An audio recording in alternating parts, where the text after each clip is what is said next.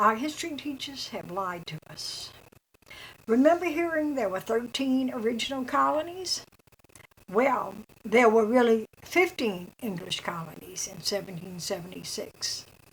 The 13 everyone's been taught, plus East and West Florida. Here's a brief history of the 14th colony, East Florida, and how it was an integral part of forming the U.S. as we know it today. Let's tell some truth here. When George Washington started assembling his troops in 1776, St. Augustine had been in existence for 211 years. That's over 40 years longer than the oldest English colony of Jamestown. Florida's European history began in 1513, when a Spanish explorer, Juan Ponce de Leon, landed on what he named La Florida, Land of Flowers, and claimed the entire land for Spain.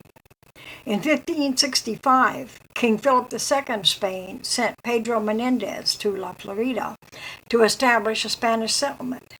Menendez's orders were to drive out any non-Spanish settlers. Around the same time, the French king, Charles IX, sent Jean Ribault, a French Huguenot, to resettle an earlier unsuccessful colony in Florida. Ribault claimed a section of land in what is today Jacksonville, on what he called the River May. Today we know it as the St. Johns River. He built Fort Caroline to guard against any attacks. Menendez landed at present-day St. Augustine and lost no time marching against Fort Caroline. Ribault also went on the attack and set out to destroy Menendez. Ribault's ships got caught in a storm. Menendez pounced on Fort Caroline and killed almost all the inhabitants. Menendez then captured and killed all but a handful of Ribault's men on a wet, marshy piece of land today named Matanzas, meaning slaughter, after what occurred there. Later, Spanish would build a Fort Matanzas. Do visit it when you come to St. Augustine. That settled it for the next 200 years. Florida's culture would be Spanish. Menendez had secured that. Now he needed to begin building the friendship with the native Tamakwans. The Tamakwans welcomed the Spanish at first. They shared a meal that might even be considered the first Thanksgiving. Their lifestyle is interpreted at the Fountain of Youth, along with the life of the settlers. Archaeological digs have discovered that this was probably the site of the first settlement. It's my suggestion as one of the first places to visit when you come to St. Augustine. You can learn about the type of weapons the Spanish had, muzzle loaders, guns, and cannon. There are demonstrations of each several times a day. Those guns, matchlock arquebus, were out of date even then, but it's fun to watch. The cannon fire is really a great must-see. Be prepared to hold your ears when those big guns go boom. A great place to have fun while you learn is the Colonial Corner. You'll see life as it was lived in colonial St. Augustine.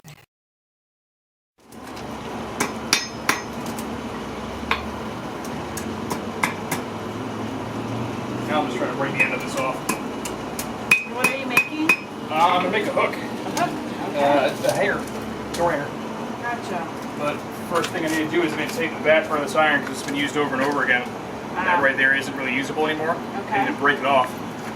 So I'm just slowly working it, heating it up, pulling it out, trying to bend it off, break it off. A little bit of a long process.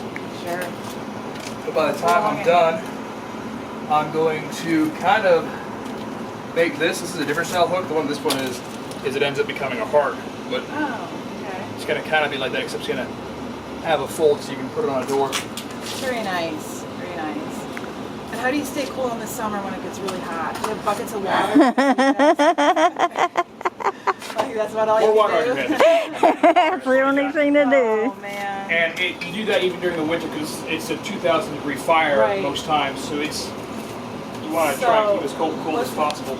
Maybe not a really fun job. The blacksmiths paid a lot back in the day? Nope. So hot They were one of the most and important pay. jobs in the colony, but no one had any money. Much like today. So you had to trade for everything you wanted. Okay. So if you had something the blacksmith needed and you needed something from the blacksmith, you make a deal. Gotcha. One of the more interesting things that I've seen is if you, at least I've heard about and I've read about, is if you owed a whole bunch of money to the blacksmith, you would basically say, here's my son, use him as an apprentice, I owe you nothing. That's a good deal. I'm not sure though. You got to feed and clothe and house that. Well, it was the general way that things worked. Most of the time, blacksmiths would take on apprentices. They'd be young men, and they would work for them, and they wouldn't really earn any money off of anything they were working. It would all go to the blacksmith. Okay. But when they became journeymen, oftentimes they would start earning money. So what people do is they like train my son. He becomes a journeyman. He pays off whatever I owe you. Oh. Huh. And then that would also teach their son a good trade that he Right. can make use of later. So it was kind of a good deal for Kind of either win-win. side. Yeah, Okay. I'm with you. works. And, a lot of situations, the blacksmith kind of just look at him like, you're crazy. I'm not doing that. Because whenever someone became a blacksmith's apprentice, especially in bigger towns like up in Williamsburg or someplace like that, the blacksmith would take care of the kid. They would live with the blacksmith would teach him everything, and that's a lot of expenses that are piling up on top of it, and it effectively would turn into a indentured servitude, where you can never pay off that debt. Right. But as a blacksmith, though, young men end up getting a lot of useful skills that end up making a very good living for them. In the Spanish Empire, there was a guild, the Blacksmiths Guild, and the person that was the head of the guild was actually the King of Spain. So whenever someone would be trained as a blacksmith, after they became a master blacksmith, the king would tell them where to go. They would be sent off to the colonies down south, anywhere that really they were needed. More than often, though, because there were so many blacksmiths coming out of a single town at a time, they wouldn't stay in the town. The only way that would really work is if the blacksmith that was training you, you were the last apprentice they were ever really going to have, and even then you weren't really guaranteed to stay. That's just the way it was. Being a monarchy, you were sent wherever you were needed. No say about it. European nationality, they said at any given time in our early days, at least 7 languages were spoken here.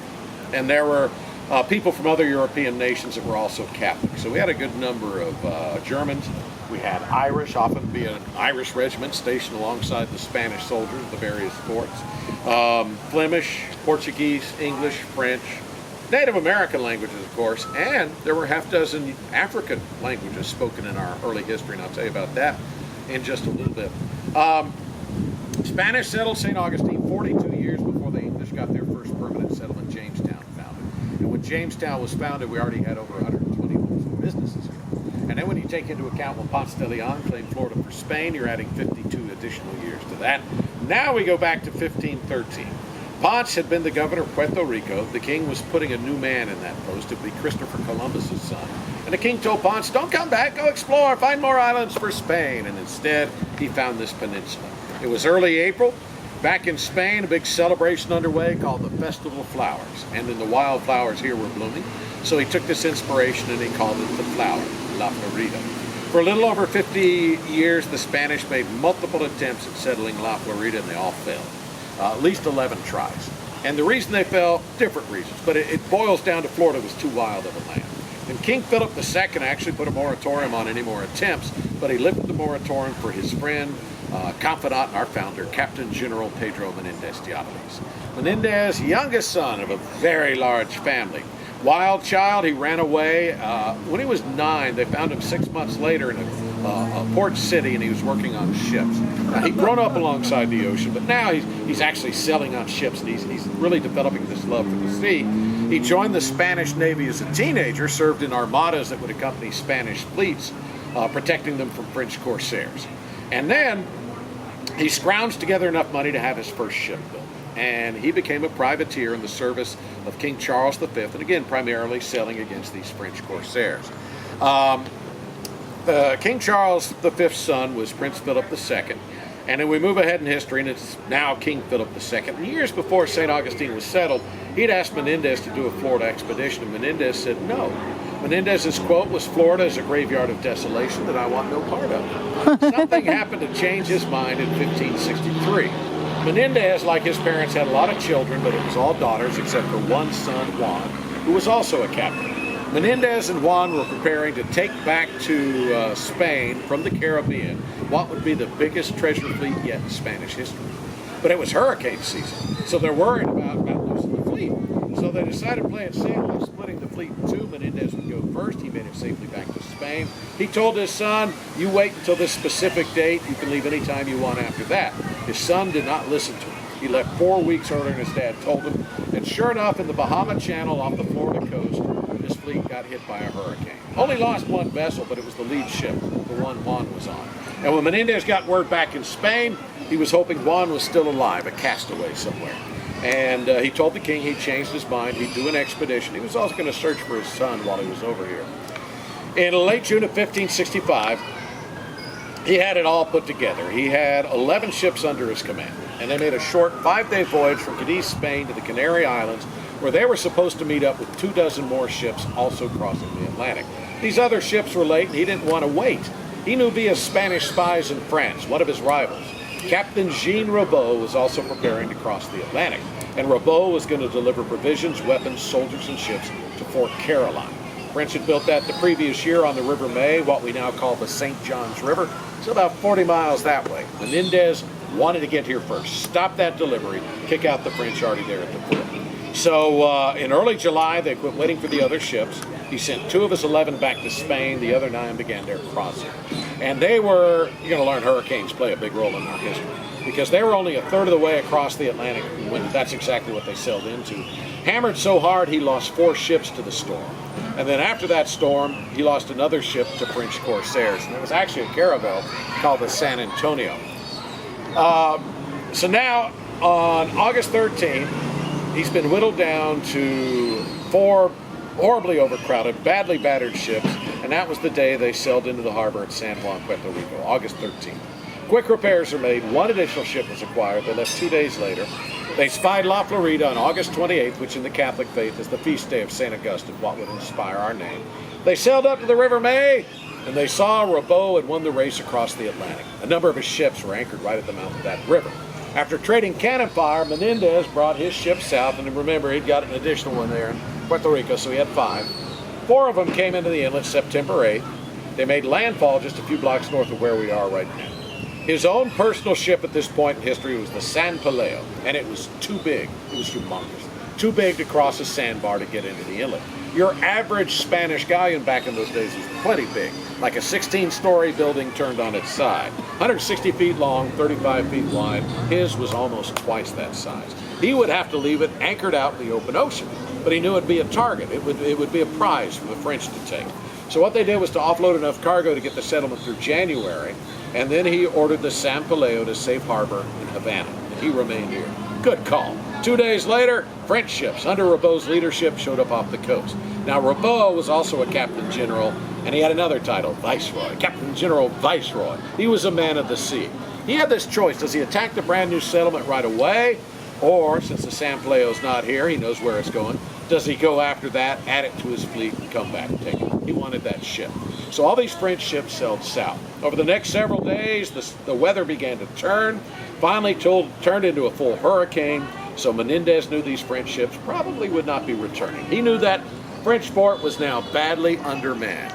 So with the assistance of 2 Native American guides, he led 500 soldiers north, overland, through the storm, through the swamps, full armor, all their weapons, and they took Fort Caroline without losing 1 Spanish soldier, renamed it Fort San Mateo.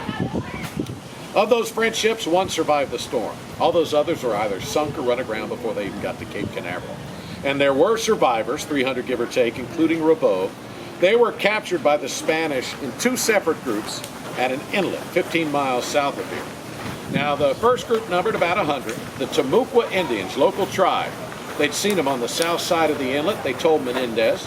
Menendez got a bunch of his soldiers. They went down south, and these French said they wanted to surrender to the Spanish.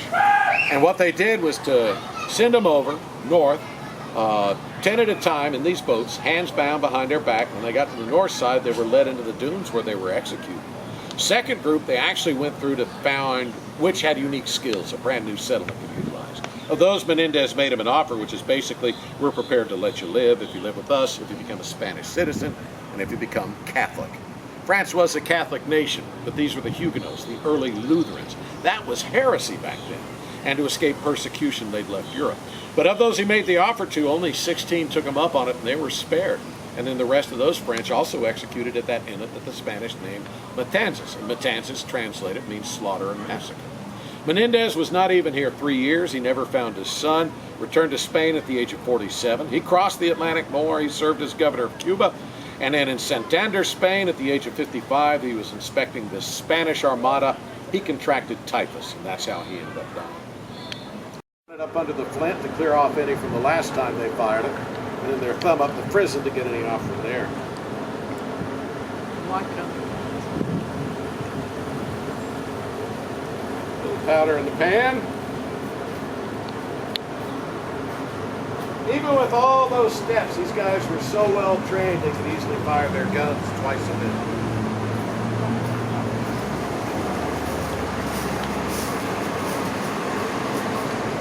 Now pay particular attention to when the flint strikes the prison. See if you can catch that initial spark. Fire in the hole! Full cock. If you want to cover your ears, now's the time. Point! Where go! And not only is that the best part of the job, that will conclude our tour today. Thank you much, guys. From its earliest days, pirates were a big threat. Sir Francis Drake raided in 1586, burned the town to the ground. Seals raided in 1668, likewise burning the town. A good place to get an overview is the Pirate Treasure Museum. It is a treasure trove, literally. Finally, in 1672, the Spanish government had had enough. They allocated money to build Castillo de San Marcos. Its most famous prisoner was Osceola, who was held there. When Pedro Menendez landed, there were many African Americans with him, some free, some slave. The Spanish had a very different version of slavery than the British. Spanish slaves had rights, were treated as people, and could buy their freedom. English did not, so many slaves escaped to St. Augustine. They were offered their freedom in exchange for becoming Catholics and joining the militia. They were given the town called El Pueblo de Gracia Real de Santa Maria de Mose, shortened to San Mose. Along with welcoming runaway slaves, St. Augustine also welcomed the Monarchans fleeing brutal indentured servitude in New Smyrna. They came in 1777 and were welcomed here. During the American Revolution, both East and West Florida remained loyal to what they considered the legitimate government in England. They did not join the 13 colonies in rebellion. After the Revolution, a weakened England ended up ceding West and East Florida back to the Spanish. Then, in 1821, the Spanish ceded both East and West Florida to the United States, and thus the 14th and 15th colony were now part of the United States. I hope this show motivates you to come visit America's 14th colony and discover the charms of America's oldest city.